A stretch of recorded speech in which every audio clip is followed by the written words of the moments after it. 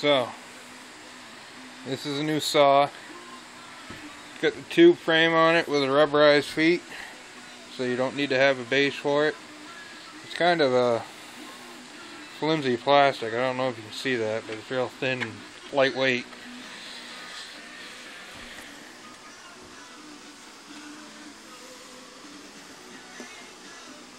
I'm just tickled pink because it's free and I want it.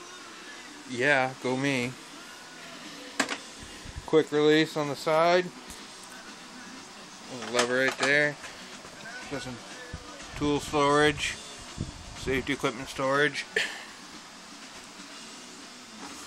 Rack and pinion both sides, front and back. Goes all the way out, about 20¼ inches. I'm putting down my stove. Got the auxiliary fence to catch the work. Out of the box, it's spot on. I was quite amazed, quite impressed. Even that is right on the money. No adjustments out of the box. That's like never happens. So, I figured I'd take a picture of it with all the safety garb on it because, well, it's probably going to be about the only time it's ever going to be on it. Quick release. You can pull the BS stuff off. I love the dual flapper. Kids will make a nice, I don't know, African fingers or something. Then on here well, Jesus. Here comes the Stady. And there goes the Stady. Bye-bye. At $1.20 on a 35. Anti-kickback prawls, you can get rid of those. Lumber destroyers. Pretty cool setup. Got the eccentric cam in there. Goes through that little slot, won't come back out. Hold it in nice and tight. That's alright. Take a look.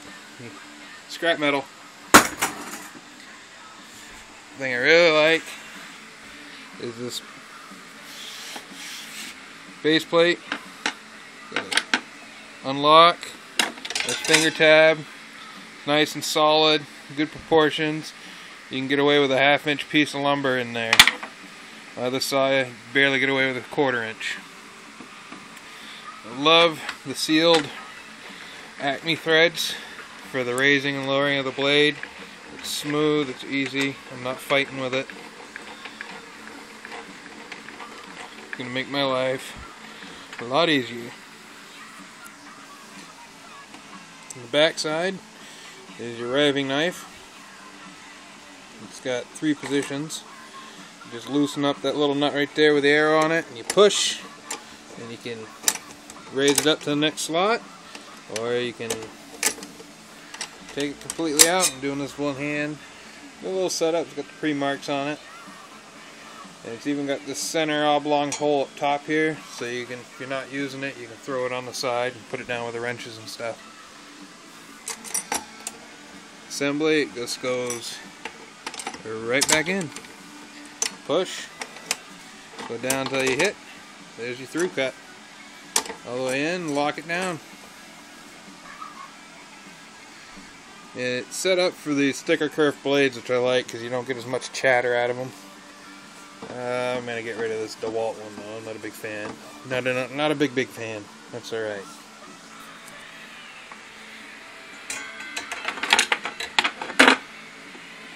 Got replaceable wear pads on the back.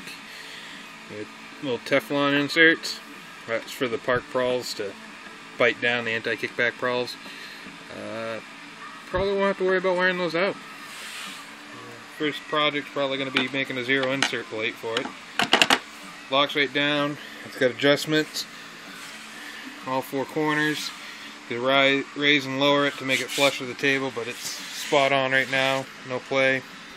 Squared out track with recessed grooves, so you don't get any problems with your solid square T-bar. Your miter gauge, no play. Very little, minor. It's not like my other one, which you could go almost 4 degrees out of whack each way. So you had to figure out which way you're holding the wood, which side you're going to apply pressure, and how you're going to run it.